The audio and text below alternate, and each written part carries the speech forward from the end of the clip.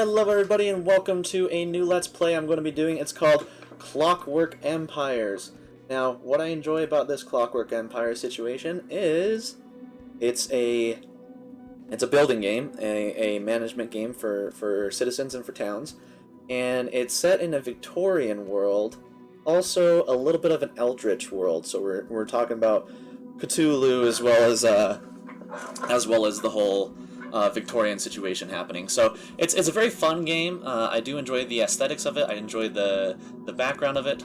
We're going to go ahead and get started here. Now, it's a game that hasn't received the greatest reviews on Steam, and the reason why is because when it was first released, it actually had quite a few bugs, and also it was part of the early access situation, which I'm sure I don't have to tell anyone was kind of a bad time. I'm not going to be doing much rambling. I'm just going to give you a little bit of a synopsis on this game, and then I'm going to jump right into it. So, when it was first released, it had a lot of bugs. They weren't worked out very well, and what they tried to do in this game is something that I've been wanting in a management game for a long time. So each citizen has different strengths, weaknesses, different moods. If you hold over them, actually, let's see. Let's do citizen management, and let's just click on one of them. You can actually see there's a lot of information here. So they have a quality of life, how well they sleep, if they feel safe, how much they ate, you know, what they enjoy, and all that kind of stuff. And then they also have a journal in which they'll tell you what they've done, how it affects their moods, and how it affects their moods will affect how well they work, what other things they do, how insane they get, and how likely they are to give in to the Eldritch gods. So I really enjoy that quite a bit. I also like that everyone has, you know, they all have their own name, they all have everything that they like this person's a light sleeper, pioneer spirit, and stone sense. So, you know, depending on people's traits, you might want to put them in different areas of working. And I'll go ahead and talk about the working a little bit more.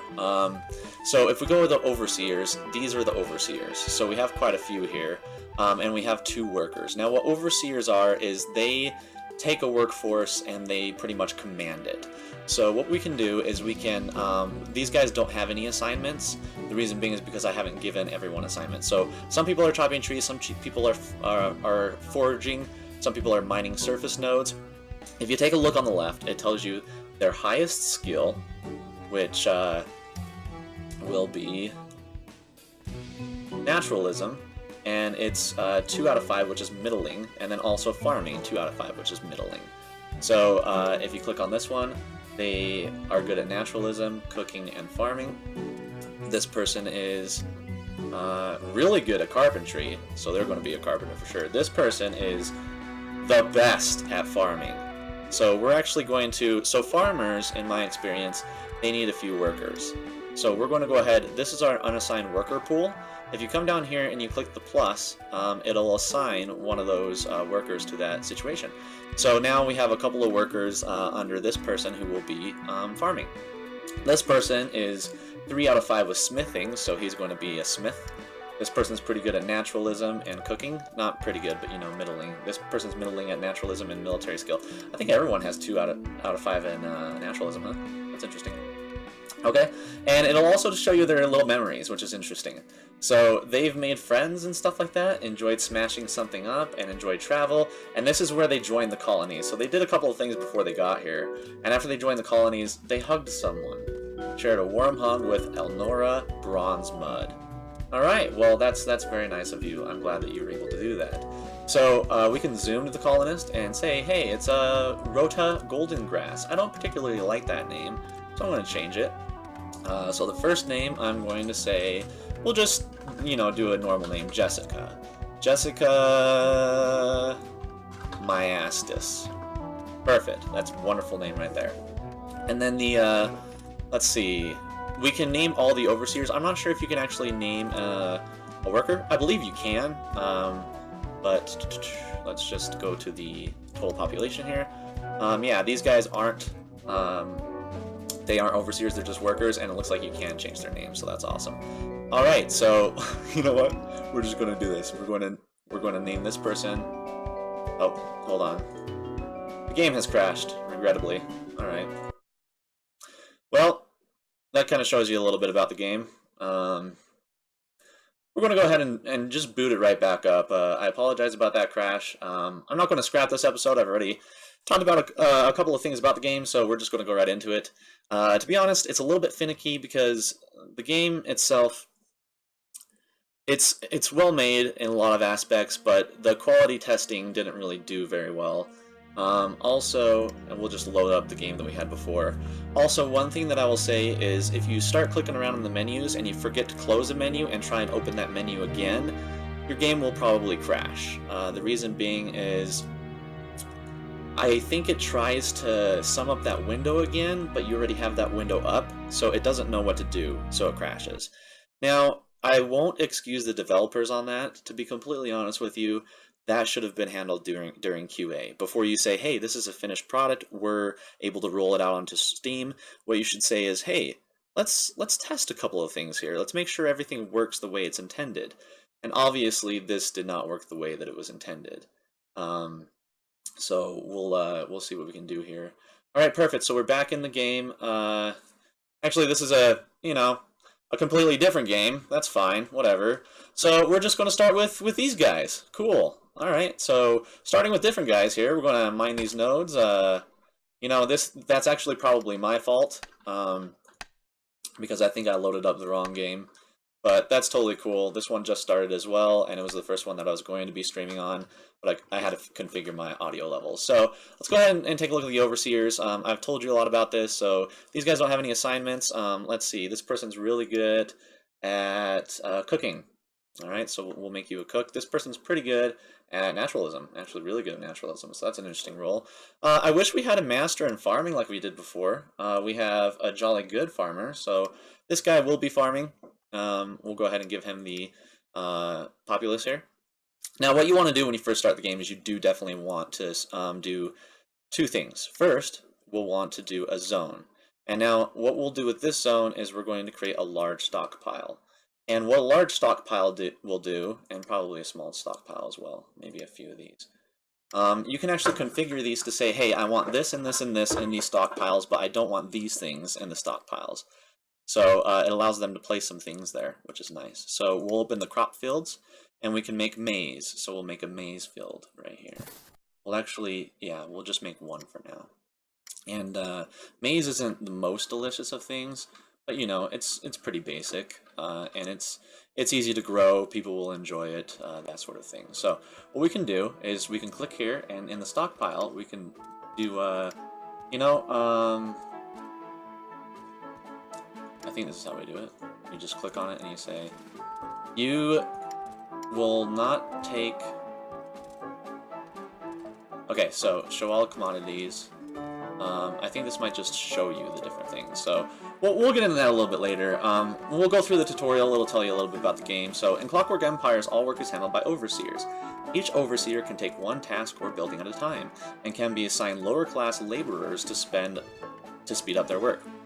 Overseers are your hands to do any work that needs doing. We pretty much already talked about overseers. So, another important thing overseers can do is haul goods to stockpiles for easier access, and you may assign laborers to overseers to get the work done faster. But you know that already, don't you? After all, you've already built a stockpile and assigned a worker to an overseer, which are the goals of this extension of this tutorial. So good luck, you are smart. Yay, I am so smart. Buildings 1. Buildings are an integral part of the colony. Creating a building is split into two parts. This is going to get long, so bear with us. I'm just going to tell you guys what it is because it is a bit long. So it's split up into two things. The first thing is you choose a building. First, we're going to choose a carpentry workshop. It's basically what you should choose first all the time. So, and then we're going to, so first what you do is you lay it out. So you create that layout, it'll tell you the construction requirements. It's going to take 7 wood and 4 stone. You click done. And then after that, once you're inside of it, these are the different modules that can go in here. So we will create a small door, and then we will also create a carpentry workbench. And what this is going to do is it's going to allow people to actually work at the carpentry center here. And we'll allow them to go through there. So that's modules, that's building a building, and people will start building. now that we have it down. Another thing that I do want to mention is, let's save real quick, because again, you never know when this game is going to crash. Another thing that I want to mention is the fact that with buildings, let's see, total population, workplace capacity, attract more overseers by building or improving overseer housing to increase capacity. So we don't have any of that stuff, so, you know, we don't have a big capacity here. Anyway, so one thing that's interesting about building a building is once you build it, each module that is a work module, for instance, this is a work module, it's a carpentry workstation. What that does is it lowers the quality of the building. And then decor, like a rug or, you know, fancy chairs and stuff like that, that will increase the decor of the building. Or it'll increase the quality of the building. And depending on the quality of the building, the person who's working in that building will get happier, and also the work quality, the quality of the items that you put in there will also increase. So it's very nice. Now, this is something that they had to work a lot to work with, to do. What they did is they added a increased game speed ×2. And you can click that and people will go twice as fast. Now, one of the main complaints that people had when this game was first released was that it was slow. And that's true. It was very, very slow. But that kind of had a point, because as the game speeds up here, there are a lot of events that can happen all at once, and your colony might be overrun with a bunch of different things that are happening. So we're going to try and put our first building down. One thing that's nice is the colonists, for the first few days, if there's just a building in there, they will sleep on the floor in that building, and, you know, they'll get a little bit of a hit to their mood, but it won't be as bad as sleeping outside where they're exposed to the elements. So we'll see if we can get this building done before nighttime. It is dusk, so perfect. The building is done. People can go in here. Now, once you build a building, it has this little sign up there, which means there's no workers here. So we can go ahead and click here. We can assign an overseer, and down here it'll just tell you the carpentry skill. So this person has a 2 carpentry skill. It's the best one. So we'll go ahead and add him to the carpentry. And now that sign is gone because someone is assigned there. Now, when the building modules are complete, we can click on the module or the building, and we can start to make work orders, which will be very nice for us, because work orders are very necessary for the carpentry to begin with, because a lot of things will take planks.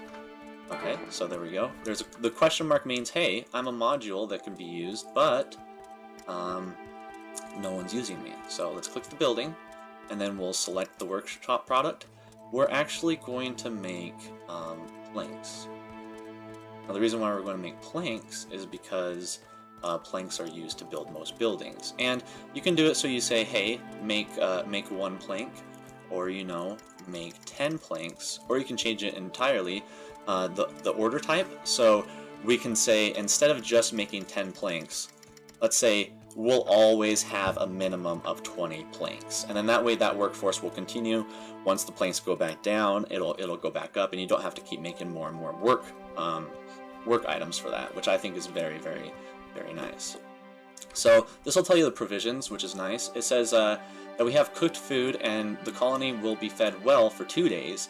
We have 0 raw food, which means that the colony will be fed poorly for 0 days. So we need to start making some food here. This guy right here was the farming skill of 3, and he has 2 workers here. So we'll go ahead and have him start making the maize.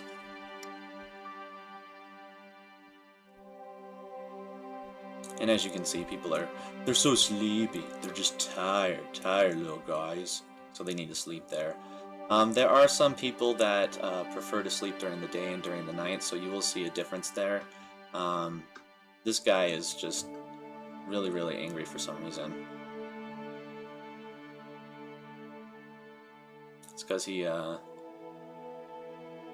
don't know, he just seems to be going out of control. Like, if we take a look at him, he's marching around like some freaking madman. So, I don't know what that's about, but okay, he seems better now. Cool. Good job, guy. Alright, so here's a quick note here. If you find yourself confused about particular concepts or buildings in the game, there are a number of resources available to help you. Just about everything in the game has an informative tooltip, including characters, commodities on the map, and indicators on the UI. If you don't know, mouse over it. You can also click the question mark button in the top right of the screen to open the Colonial Handbook, which has all sorts of information. And lastly, you may find yourself wishing things will happen a little faster sometimes. The 2x button in the top right screen will speed up the game, just don't miss any important notifications. And see, that's one of the reasons why I don't like to speed up the game too much, is because you do miss some things.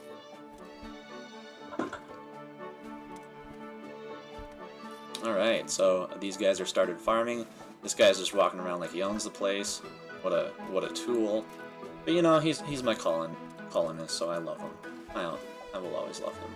So yeah, these guys are making some maize. Awesome. I wonder if they'll find the center. Sorry, that was really lame.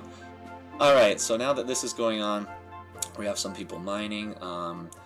Let's see. We have 2 out of 6 workplace capacity. Assignments 3 out of 5. Number of assignments 3. Overseers not assigned to workplaces is 5.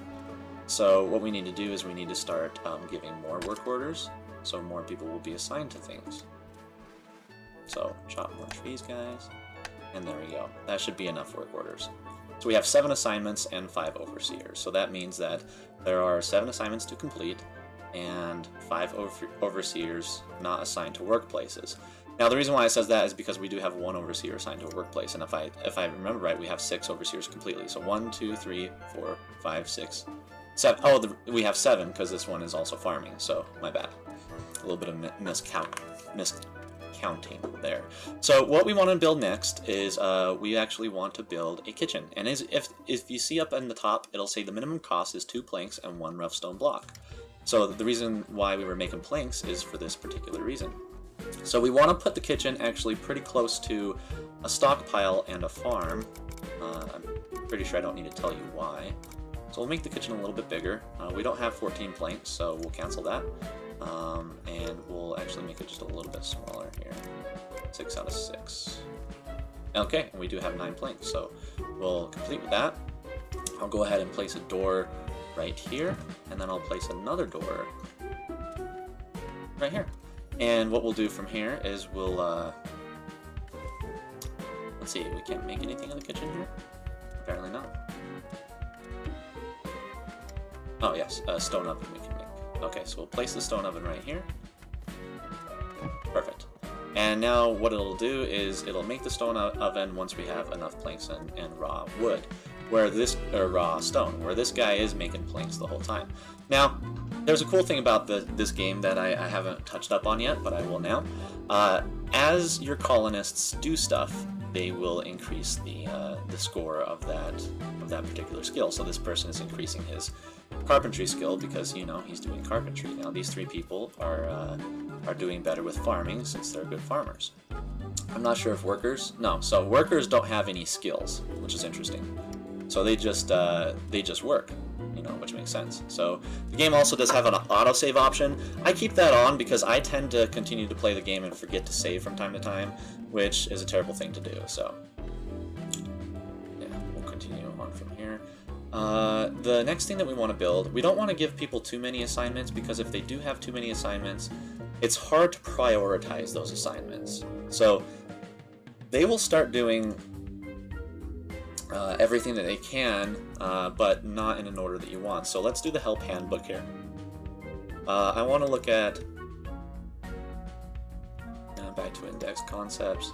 Let's look at commodities and production. So,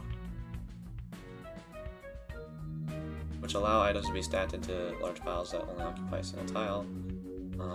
You can view an overview of all owned commodities by pressing the commodity panel. This count does not count if you have any forbidden by clicking on them. Forbid. Okay. So we'll go ahead and see if we can work with these stockpiles real quick. So let's show the commodities here. Okay, so we'll toggle all filters, and we have some stone pellet ammunition, 6 bricks, 8 bushels of sausages, 3 glass panes, 13 loaves of bread, 5 logs, 12 planks, and 75 rough stone blocks. So we have a lot of blocks. We have quite a bit of logs here, but we don't have very many planks because only one guy's making them. So that's good to know. Now, let's see. Under the workshop, we can do that. An office management view. We'll go ahead and see what the person is doing with farming. So it's at the growing stage 3 of 5, and the harvest labor is 34 out of 60. Now, when this gets to 60, I believe what happens is these will become harvestable. So, and as this continues to increase, then the growing stage will increase as well. So as it goes to 40, you can see the plants down here. They're growing as well. So it's pretty neat. You don't have to wait a certain amount of days or anything like that. It's just how good are your farmers and how quickly can they farm. You take that into account and they'll start farming for you, which is really cool. So we only have 16 provisions. So our 16 food will feed the colony well for 1 day. So yeah, we better start making some food ourselves here, which we're trying to do with the kitchen, with the maze. So let's see here. There's a way to configure the stockpiles. I know that there is. So you know what? Maybe we do this and we edit out the things that we don't want. So let's not put finished goods, metalworking, or processed goods here. We'll have food and drink. You know what? We'll just have food and drink. And then right here, we'll just have raw resources. And then we'll see if they'll continue on with that. So the kitchen's done. We don't have an overseer here. Let's see who's good at cooking. This person has cooking skill 5. So yeah, I'd say that's pretty good. That's the best that you can get. So we'll have that person start cooking things as soon as we're done building the stone furnace here. Now we have 3 assignments, and overseers not assigned to workplaces is 4. And that is the mining, and I think the other one is managing the stockpiles. Construct building. Okay, cool. So they're going to construct this building here. So another thing that we can do, we can forage. I didn't see any forageable materials when I first started on this map, but you know, I may be wrong. It doesn't look like anything is forageable. So foraging is really nice to try and get you on your feet as far as food goes. But, you know, we run into the unfortunate event that we don't have any food around here. So we'll go ahead and increase the game speed here. I like to do this especially at night because as people are sleeping, you know, nothing gets done. There's really no reason to do anything. So here's an event. You want to take a look at the right-hand side all the time because there are some events that happen. So right now, recent reports from passing airships indicate that an unidentified group has been spotted patrolling near your colony. Best keep an eye out and your military well staffed. And it's fish people patrol. So this game might have fish people. However, we don't know that yet because they haven't hit our colony. So we'll see what happens. And there we go. So these people are producing maize, which is good. I'm not sure they're putting it anywhere though, because I don't think that I mean, food and drink, is maize food and drink, or is it raw goods? You know what I mean? So we'll see if nobody puts these anywhere. Oh, building tutorial is complete. Alright, perfect. So we completed that. We'll right-click to dismiss. And then Survival 1. Life on the frontier is about crafting and fancying plates and mining stones. You also need to know how to sustain yourself. Foraging and starting materials may have kept you alive so far, but it's time to build a farm. Okay, we do that. Productivity tip. Once you've got a kitchen from the above step setup, you may find yourself wishing you can get it to produce food all the time without your attention. If you click on the stockpile looking button next to the order workshop, you can convert to a standing order, which I already talked to you guys about. So we need to wait until this oven's finished, which with just 2 more planks is going to be. And there we go. Now we can select a workshop product. Now we can do farmer's stew, which is, you know, not very great. Or we can do maize chowder, which is laborer preferred, and the farmer stew is overseer preferred. So we have 2 laborers. So we're going to make this a minimum of, let's do 5, and then we're going to create another. Oh no, we can't. That's right. So one thing that I kind of dislike about this game is you can only put 1 work order in per module. So that's kind of bullshit, to be completely honest with you, because let's say that, like, for instance, right here, we don't want, you know, 20 minimum planks all the time, and if you get the 20 minimum planks, what do we want to do after that? Well, you know, we can't create anything else. It's ridiculous. So we'll have to create another module in there to produce something else entirely. So it's very interesting the way they did that, and I don't particularly care for it, but you know, it is what it is. Now there is a stack of maize chowder right here, so we have 2. So our provisions right now are not great, but they are getting better. Now once the maize has been grown and it's been harvested, now the stage doesn't go all the way back down to 0, which is really nice. It just continues to go into the 4th and 5th stage, which is basically growing a little bit more and then harvesting, which I think is a really nice thing because it sets up an initial cost that's like, okay, if I want to build a new farm, it's going to take some time before it produces anything. Once it starts producing stuff, it's going to produce quite a bit. So that's nice to see as well. We have 18 provisions now, so they will be fed well for 2 days. Perfect. So let's see if you're going to continue to make the maize chowder. I think we have enough now. So what I want you to do, we're going to cancel the job, and then we're going to select a work product. We're going to do farmer stew, and we're going to make a minimum of 20 farmer stew, because we have a lot of overseers. So I want you to do that.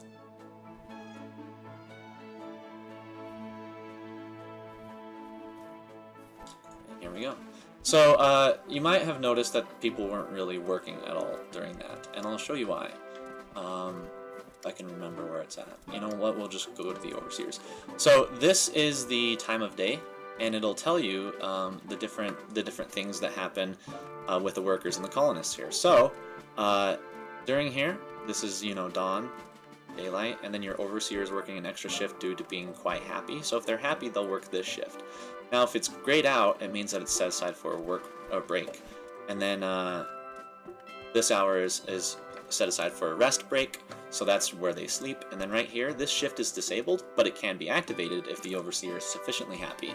So if you make your people really, really happy, you get 2 extra shifts during the day, which is very advantageous. So we'll see what we can do with that. But for now, we're making some more farmer stew, and we're making some more maize stew. And the next thing that I want to talk to you guys about is making a bunker, or a barracks, I guess. And the reason why we want to make a barracks is because we want to ensure that we can get more population. So, survival complete, perfect. So, survival 2. Survival isn't just about food, of course, you need safety as well. First, a good place for everyone to sleep. Up until now, we've been building workshops, but there are other categories of buildings. Under housing, at the bottom, you should find the laborer bunkhouse. These are a good choice for an early colony. Just build them up, plop a bunch of beds in, and your citizens will in decent shape. Alright, some, whatever. There's some errors. I don't know how they oversee this or how they don't, you know, fix it after this game's been out for like 6 months, but whatever. Okay, remember that unlike simple modules, cots need to be boxed in a workshop before they can be constructed. You'll need to build an assembly workbench in your carpentry workshop to make them. And housing has another important function. It allows you to get immigrants. For every lower class house you build, you'll receive additional workers. For every middle class house you build, you'll receive additional overseers. Immigrants will arrive once every few days. It might not be a bad idea to consider building a middle class house if you find your labor frequently bottlenecked. Build a house with at least 1 cot and complete survival 3 to continue. So, we'll go ahead and do that. And then we'll need military, which I'll get into in a minute. So, let's do housing. We'll build a laborer bunkhouse first, because this will allow us to get more laborers. And you know what? I want people to be able to sleep near where they're working. So we're going to make one right here. It's going to be 8x8. We're going to click done here. And then we're going to make a door. Boop. And then we're going to make some cots. Now we don't have what we need for cots yet, but we can place them. You know what? We didn't place these in the best order here. So what we need to do is we need to cancel the building of the cots. So we'll just cancel the assignment of the entire building because I don't know how to cancel the modules. If you guys do know how to cancel the modules, go ahead and leave a comment below and I'd love to take a look at it. Alright, so we'll be done with that. And then build door right here. And then right right here, and we will build some cots. So we want to build the cots as close as possible in order to get the maximum amount of cots in here. Because the more cots you have, obviously, the better your people will sleep. So we can fit 8 cots in there. Each cot does bring the building quality down 1. So we'll need to make a bunch of decorations if we want the building quality to be upgraded here. Now, we have 2 planks right there. Let's see all of the commodities. How many planks do we actually have? We have 13 planks.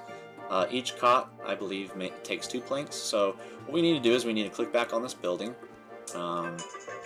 That's the alarm. So I'm not going to quite stop yet. What we need to do is we're going to go into modules real quick. I'm going to go into the carpentry workshop, and we're going to build an assembly workbench, and we're going to make this right here. Alright, and that will be that. I'm going to pause the game, and I'll continue when I see you guys next time. Thank you so much for joining me, and I hope you have a wonderful day.